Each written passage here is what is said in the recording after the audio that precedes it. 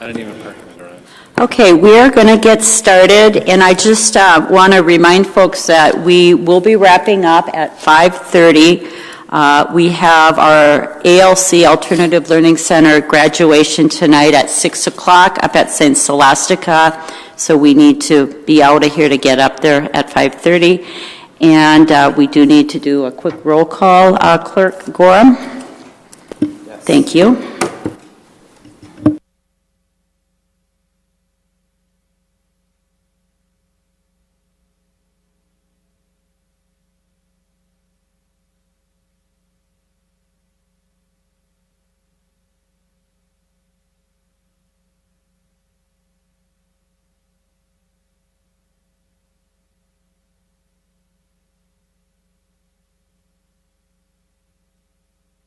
No, it's fine. Sorry. We're not sure about that. Member Trinka is excused. Superintendent Gronseth. Here. Assistant Superintendent Horton. Deputy Clerk Erickson. Here. Secretary Dollance is excused, as is Secretary Tebow. All right. Okay, great. And again, this is a committee of the whole meeting. It's informational. There won't be any voting that will happen. And appreciate the handouts ahead of time to give us a lot of time to think about it and ask questions ahead of time as well. So I'm going to turn it over to Peggy and Kathy. Thank you. Thank you. So we'll be following through on a 12-page handout that was distributed and is on board book. This is just intended to be an introduction to the budget because we knew we only had 1 hour tonight because of scheduling priorities, and we will continue to have budget discussion at our business committee next Tuesday. So as we walk through this, just know that the process that we're going through is not finished tonight, and if there's any questions, please feel free to email those to me so that Peggy and I can research and provide information before the next business committee meeting so that we can have those available to you. Parts of this document are going to look familiar because we've been walking through the budget process since I think our first presentations in February, and now we're into June and having that obligation to have an adopted budget by June 30th. Our plan is to provide you with a proposed adopted budget at our school board meeting on June 18th, but certainly if there's other adjustments or changes or things we need to be doing, and we would have obviously until June 30th if we needed to have any extension of that time. The first page is new. This just provides a summary. We're also introducing the other funds now. We've been concentrating mostly on the general fund up until now because that's the bulk of our budget where all the dollars have been. So now you're seeing our other funds as well as the general fund. And we'll talk about those as we go through. Also, when we were having our budget discussions as a team, we thought it would be good to come back full circle and talk about our budget goals that we had identified back in February when we had our PowerPoint presentations.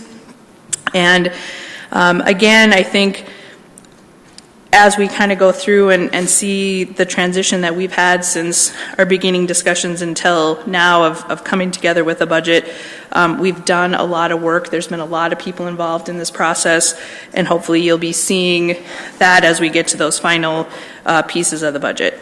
So our first budget goal was to strive for fiscal stability. And we've had many discussions through our board meetings and through other meetings.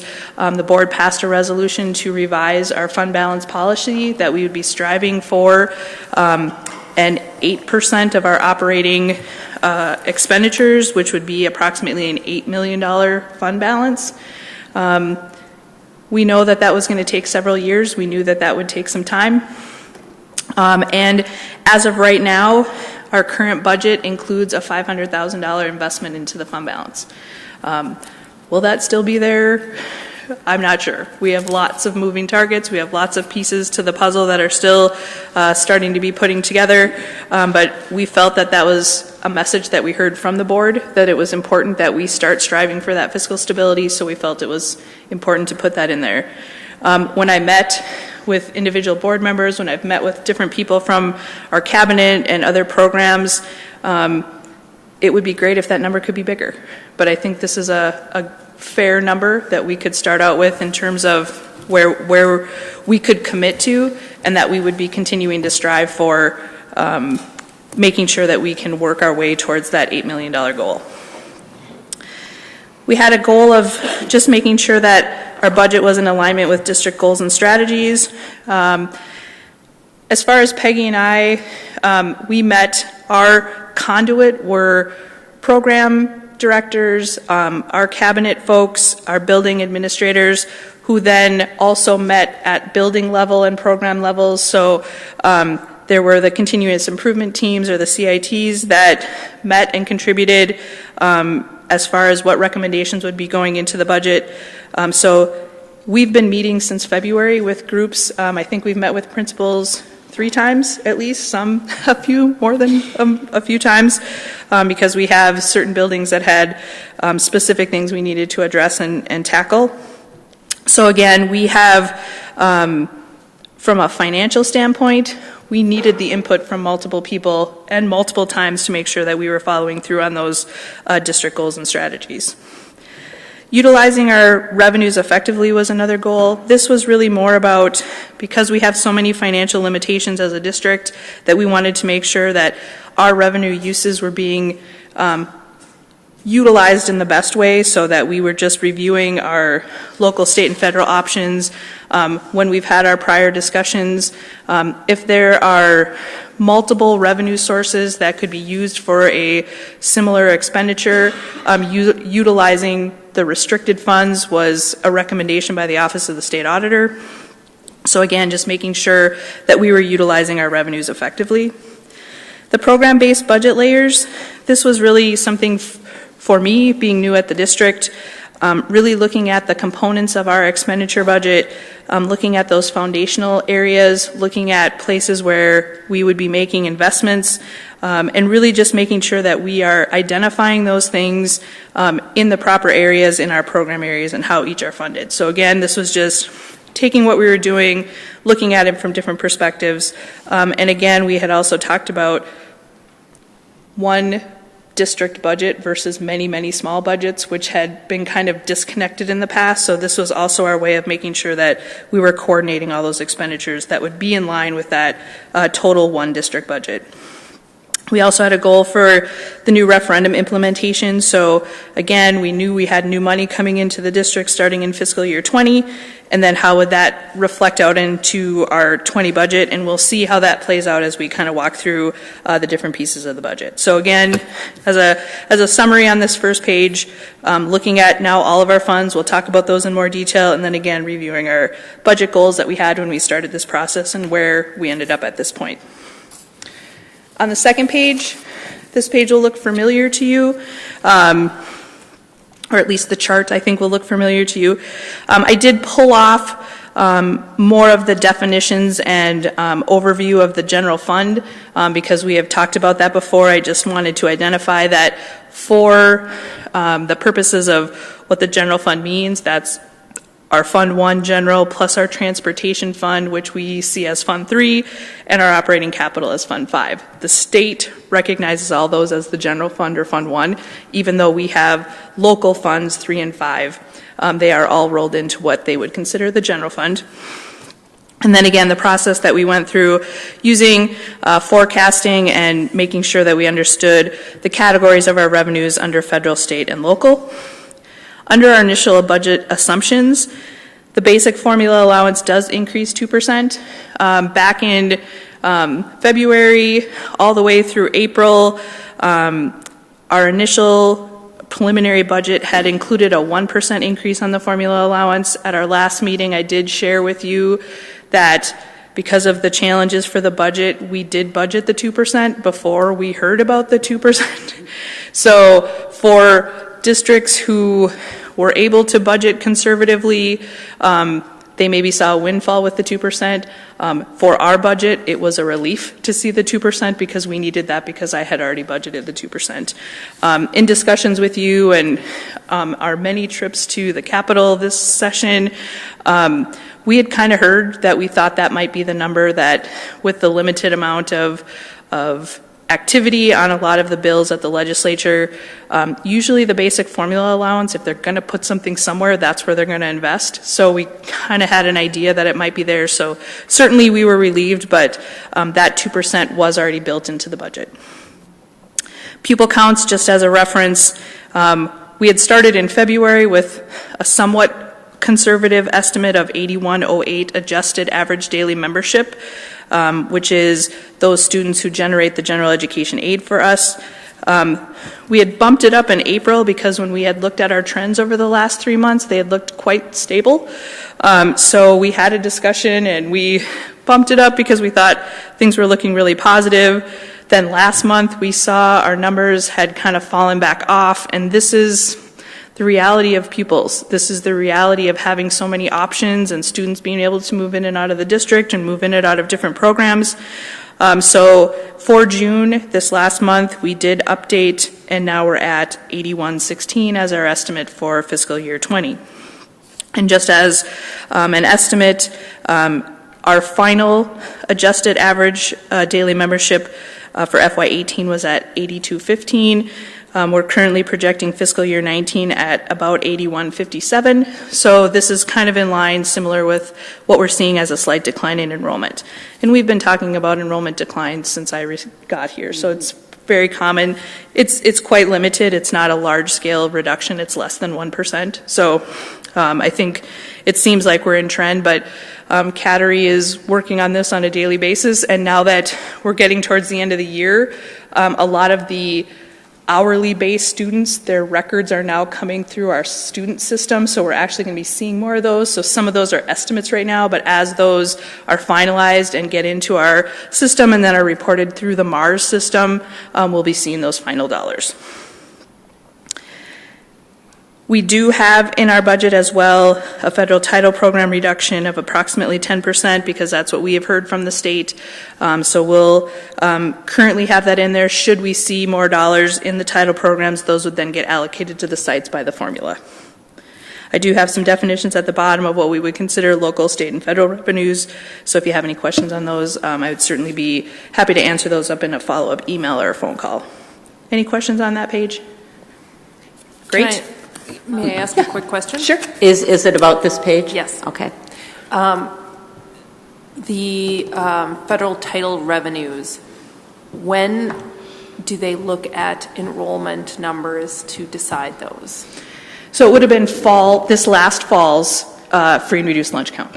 We'll decide next year's? Yes. Got it. Thank you. Similar to compensatory. Correct. And that's the October 1st numbers. Correct. I think you've told us about. Yeah. Yes. Okay. Thank you. Thank you for that question. On the next page, again, this will look somewhat similar, but this does have a little bit more detail than what we have seen shared with you in the past. A previous version of this page would have had the undesignated as the first line, and then the second line would have been the estimated new referendum. So all the lines in between, from federal programs to medical assistance, came out of the undesignated because I wanted to make sure that you could see that what I would consider undesignated means it doesn't have a reserve or restricted fund balance, but they have purpose. And so I wanted to break those out so that you could see a little bit more. This isn't all inclusive. We have many small other things within our budget, but I think these were kind of the main components to give you a little bit better idea of where those parts of our general fund revenue are coming from. And again, just in relation to special education, I'd kind of written a more wordy explanation, but I pulled it out. Special education is a reimbursement of expenditures. It is not an allocation like a per pupil amount, and it's also based on expenditures from a prior year. So it isn't reflective of what it is we're expecting to spend. It's a reimbursement. And when we get to the expenditure side of special education, you'll see that we spend way more than what we receive in special education revenue, because part of our general per pupil basic allowance is supposed to pay for special education. This is the supplemental dollars on top of that. So just wanted to make sure that people understood that there isn't really a special education funding allocation like a categorical. It's really just a reimbursement. And if you have any other questions on any of these line items, again, I would encourage just a phone call or an email if I can provide any clarification, and then we can follow up on those at the business committee. And again, the restricted and reserved, those to me mean these have a finance code attached. They also have a reserved fund balance attached to them. If we do not spend the estimated allocation, they must go into a reserve account. They don't go into that undesignated fund balance where we're hoping to start growing that. These would go into their specialized reserved fund balances. For the most part, we spend these all down every year. We get our allocation and we spend our allocation. Except for our ALC does have a relatively small fund balance right now, but we are going to be spending some of that down in fiscal year 20 as a planned spend down. Our long-term facilities maintenance also has a fund balance. This happens because of the timing of when we can levy for something versus when the project happens. And so we may oftentimes see a fund balance or potentially a negative fund balance here because we might find out that we have to do a project, but it takes us a year to levy for it. So it can either go positive or negative here. Right now we do have a positive fund balance, but we have some projects coming up that if we have to do those in advance, we would see that shift as well. But for the most part, we do spend down the majority of these funds each year, so there wouldn't be a carryover fund balance. Any questions on that piece of this page? You'll also be familiar with the revenue budget comparison compared to the last 3 years. You can see that we have an approximate increase of about $5.1 million of new revenue coming into fiscal year 20. And in your head, you might say, oh, that must be the new referendum. But it is actually a combination of several items. We do know that the compensatory revenue projected for fiscal year 20 is reduced by $950,000. We do have a long-term facilities maintenance revenue increase from the levy coming into fiscal year 20. The reason I have restricted on there is because there's a project that goes along with it, so there's also a $759,000 increased expenditure. So it's not a windfall to us. There'll be a matching expenditure that goes along with it.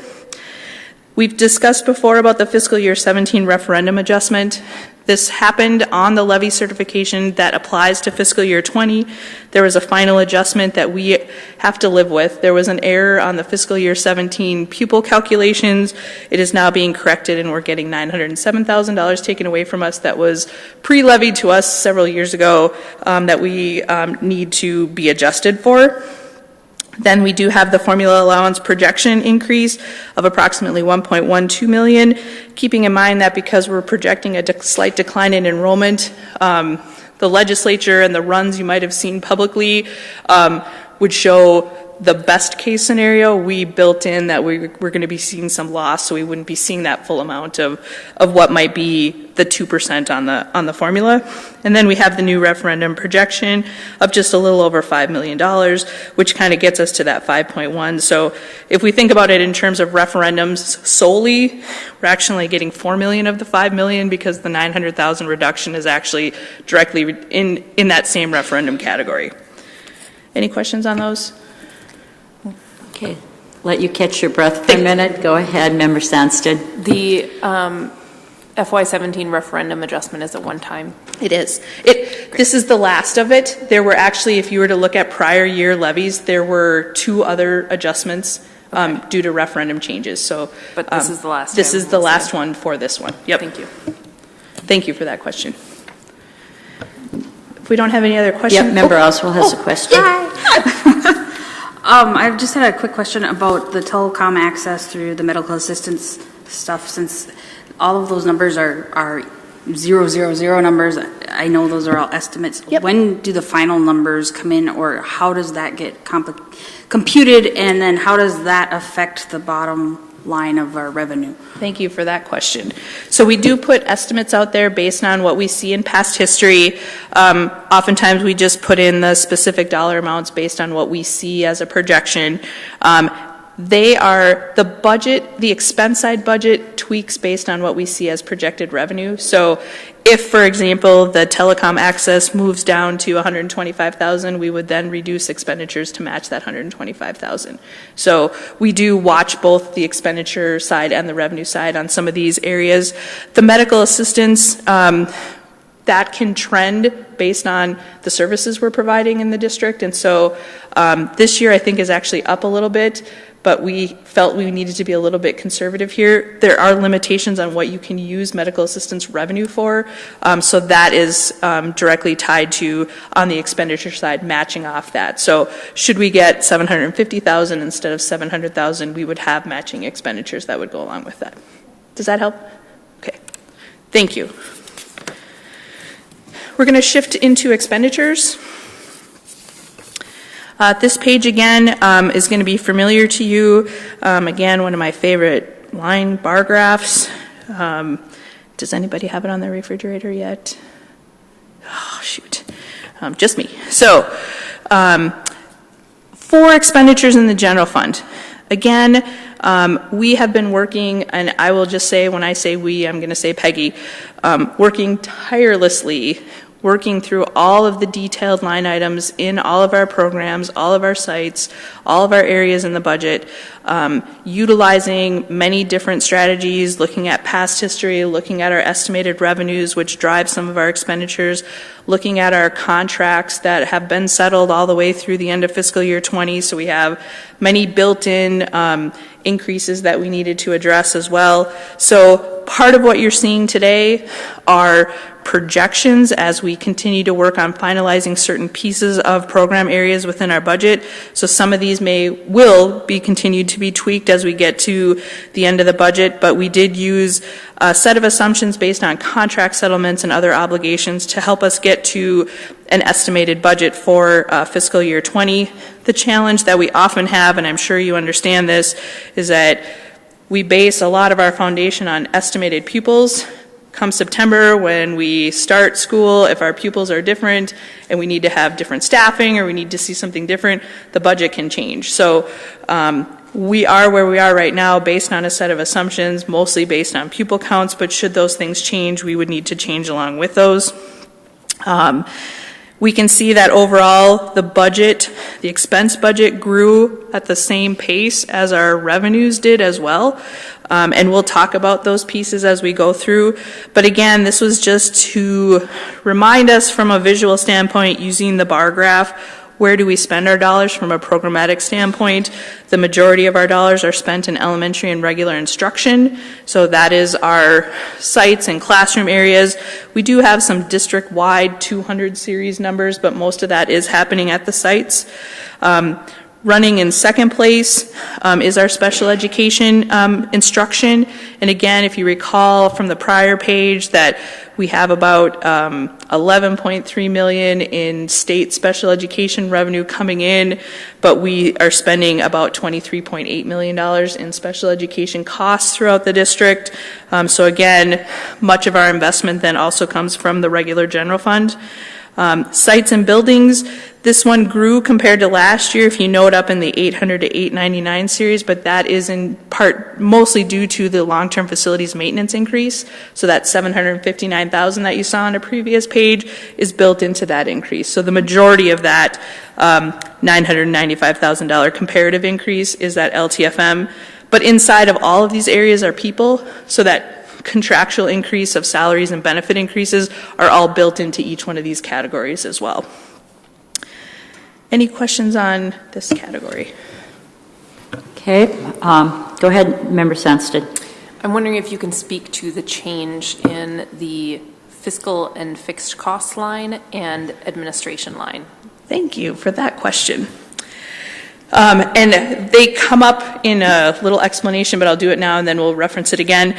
The fiscal and other cost is a reduction of approximately $700,000. That is the bond restructuring. So when we did the bond restructuring, normally we would have had to pay a little over $3.2 million in that transfer. Now we're just transferring the $2.5 million, so we have access to or have less expenditures.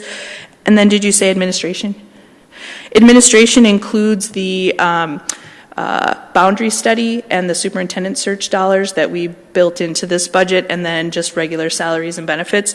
Keep in mind, in this case, administration also includes all of our building principals. So that's the other piece of how the budget looks, is programs 000 to 099, the 050, which any UFARS nerdy people out in the world, is all our sites. So when we do programmatic, and next week at business committee, when we see that administration page, you'll see those broken out separately. So thank you for that question. On the next page, new chart. This is that same expenditures in our general fund, and again, we're still continuing to focus just on funds 1, 3, and 5, but looking at it from an object series perspective. In some prior handouts that we've had in relation to the budget, you might recall a little pie chart that was labor versus non-labor, and we had used an FY18 example. This is now our FY20 example, and this is our salaries and benefits, our wages and benefits, plus all of the other categories that we're budgeting for. And you can see here in this case that we're now just a little over 80% for salaries and benefits in the general fund. So the components of our general fund is the majority is salaries and wages, complemented by benefits. And again, as we have talked about before, there's purchase services. Inside of purchase services can be contracted people, not just contracted like garbage and postage and all those type of things, but there could actually be contracted personnel. This is also where you would see professional development and travel. So this may be also people related, even though it's not specifically salaries and benefits. And again, the smallest categories that we have in our budget would be our supplies and material budget, and then our capital expenditure budgets. Any questions on how we broke that out? Okay. The next page just has a summary of our highlighted budget considerations that came together. And again, you've seen these before. We've talked about some of these already. What changed from fiscal year 19 to 20? We had approximately a 5.1 million increase on the revenue side. We've talked about those components already. We had the increase in the formula allowance. We had some decreases in our revenue in certain categories, which was our compensatory and that reduction for the referendum adjustment. We have the new referendum dollars and then the long-term facilities. On the expenditure side, so what made up that little over $5 million of increased expenditures? And again, highlighting just the major components. There are many, many changes within the different budgeting areas. So we had staff investments, which would include contractual changes. It includes investment in special education staff. We talked about this at other meetings.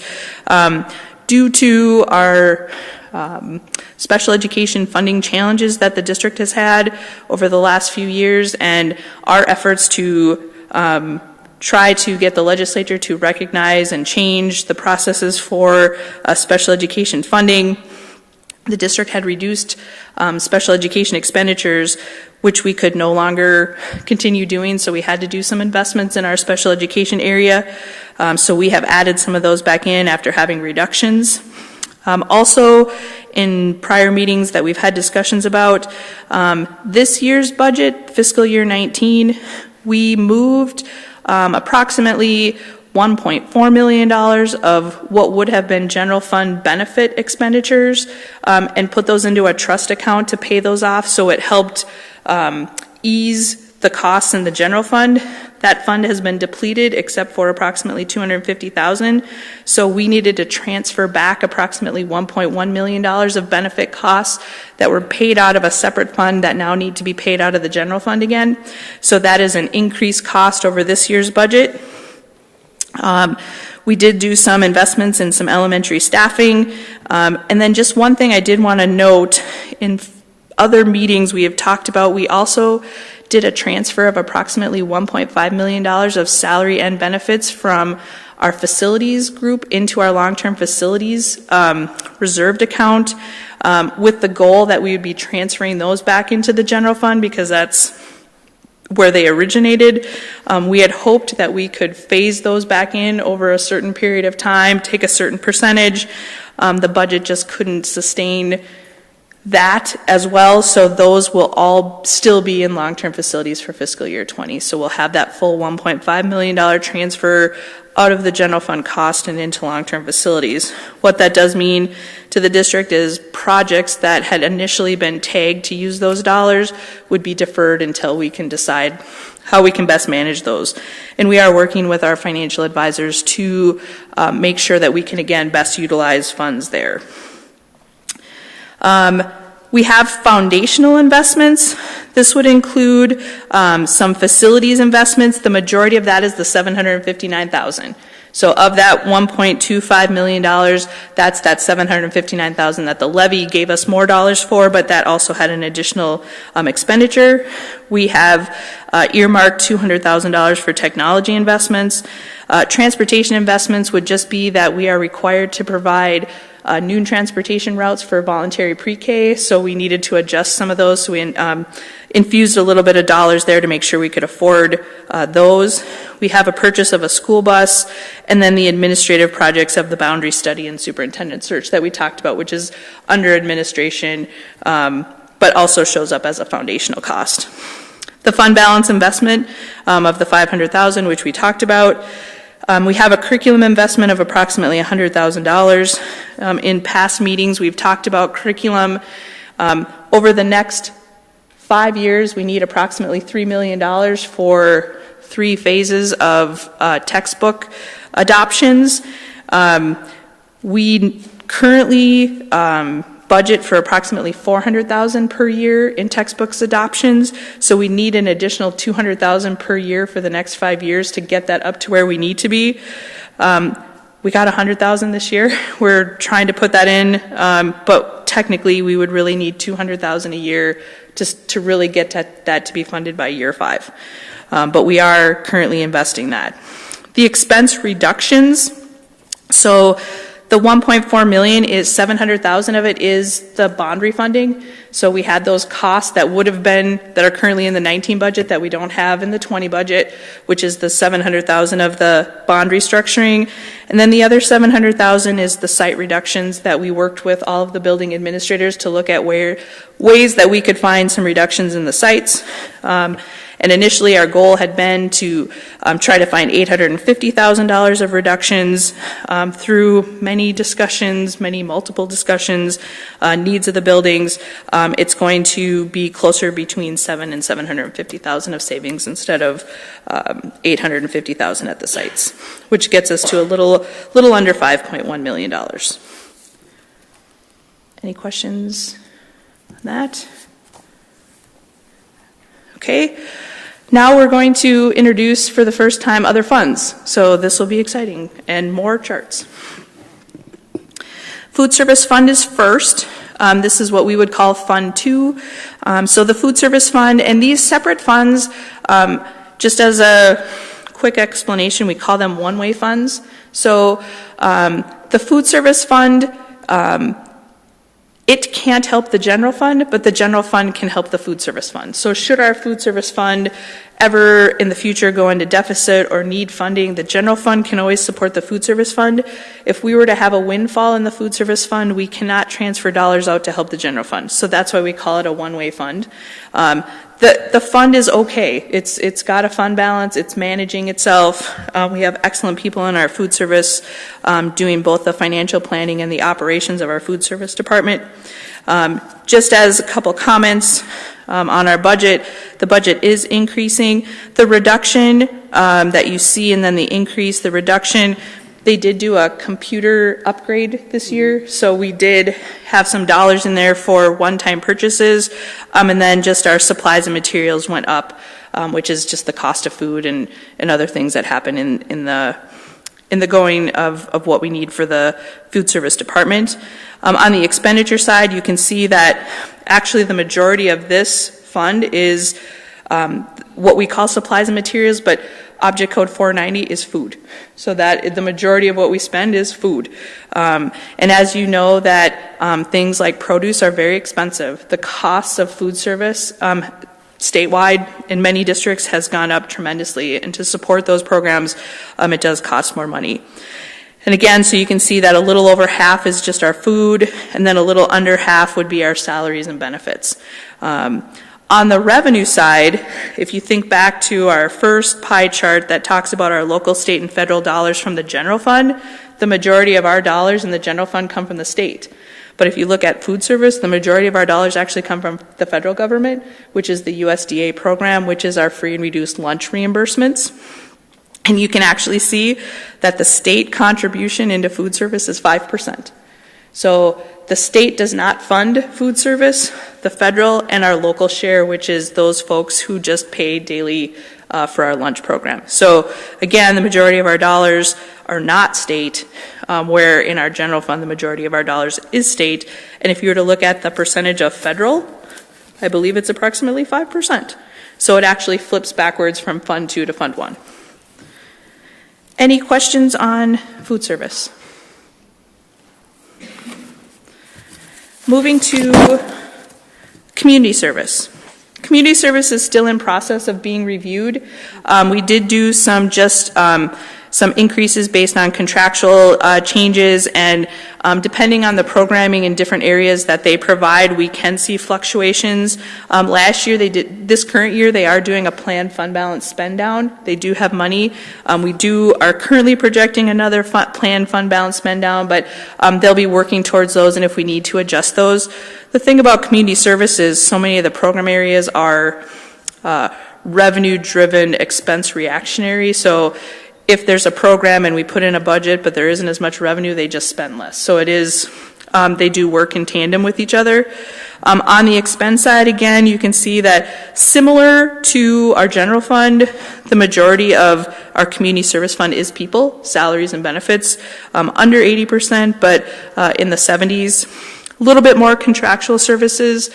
So if we think about it, if someone from our district, an employee, is working through community service, they run in the salaries and benefits. Contractual folks, then, people that we might contract to do a certain thing, would run through that contracted services. So we do see quite a bit of a portion in contracted services, and almost all of those would be people as well, but just under contract versus being employees, and then just a relatively small supplies and materials budget. On the revenue side, this one is kind of an equal opportunity fund where we do see about a third from the federal, a little over a third from local, and then approximately a third from the state. So we do, if you think about the levy certification, which I know you guys do just like I do, we get the general community service levy, we get early childhood family education dollars, we get our youth service and our after school enrichment programs. They both have aid and levy components on those, so those would be considered part state, part local, depending on what that mix is. There's also some categorical revenues, things like preschool aid, our school readiness aid, those all run through Fund 4, but they are all state aid. So again, there's quite a bit of a mix. And then for those people that are participating in our community education programs, they would be paying fees, and that would be under local. Any questions on community service? Great. Personal favorite of mine is debt service. This is our Fund 7. So debt service adjusted it looks a lot different on the expenditure side from current year to next year. There was an advance refunding, so you're seeing this large payment in 19, but it's using a fund balance to pay it off, so it looks offsetting.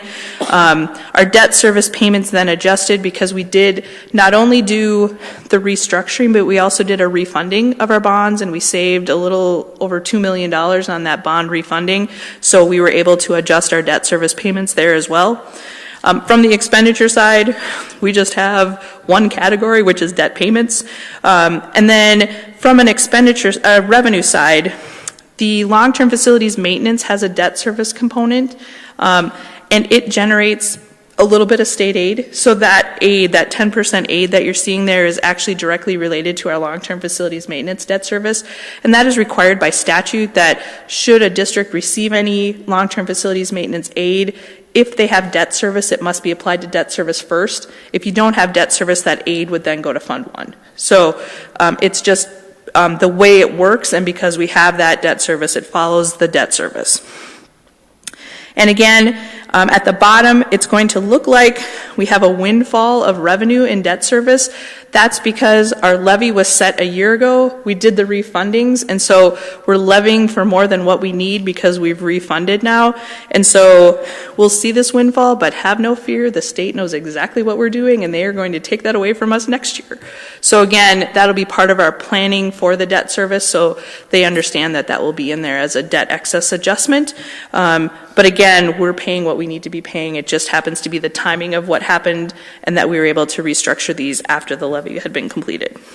Any questions on debt service? Okay. We have the trust fund. This is where you can see that in fiscal year 19, there is a $1.4 million budget under employee benefits. This is that dollar amount that we talked about before in terms of where the budget is. So we were utilizing a fund balance here to help offset expenditures that would have normally been in the general fund, so it's coming out of the trust.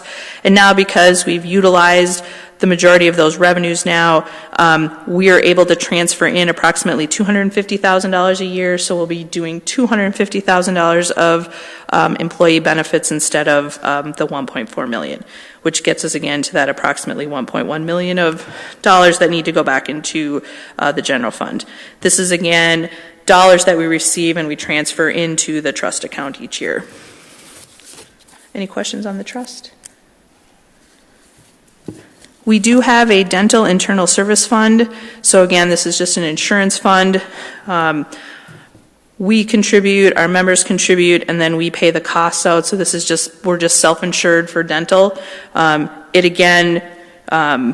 We set our rates based on what our costs are so that the budget ties out to zero every year. And again, the majority of that is our employee benefits, and then we do have a small contracted service fee on the expense side. And again, this is 100% local. Any questions on internal? The last page is the revenue and expense summary for our student activity funds. As a note, student activity funds are considered general fund. The district locally has them as a separate fund, so we just broke them out separately so that we could see those in this case, but the state would recognize them. If you were to look at our compliance table or what our audit would look like, those would be identified as part of the general fund. And again, currently this budget is planned to spend down what we project as far as revenues that come in, and that the majority of these dollars in our student activity funds are contracted services, supplies, materials, and other expenditures. And I can maybe let Peggy speak a little bit more to that in terms of why we don't utilize salaries and benefits here. Right, so per state guidelines, the student activity funds are prohibited from paying students or teachers directly, specifically employees. Those are IRS rules. So anytime they need to pay a stipend to an advisor or whatever, the student activity account will send a check down to the district office, we'll deposit it, and pay that payment to the employee through payroll. So all the taxes get reported and all of that. So student activity funds are prohibited from paying any employee directly. They are paying contracted services to, mostly it is through their athletic departments for referee costs, game worker costs, ticket takers, those type of things. But other than that, and those usually come down to us too, if the ticket takers and stuff, they're considered game workers, are considered employees, we pay those through payroll also. Member Oswald? Coaches' salaries come from where? Coaches' salaries come through a district budget. It's part of the teacher's contract. There's a schedule for setting up the amounts that are paid to coaches, and that comes through directly through the general fund down here.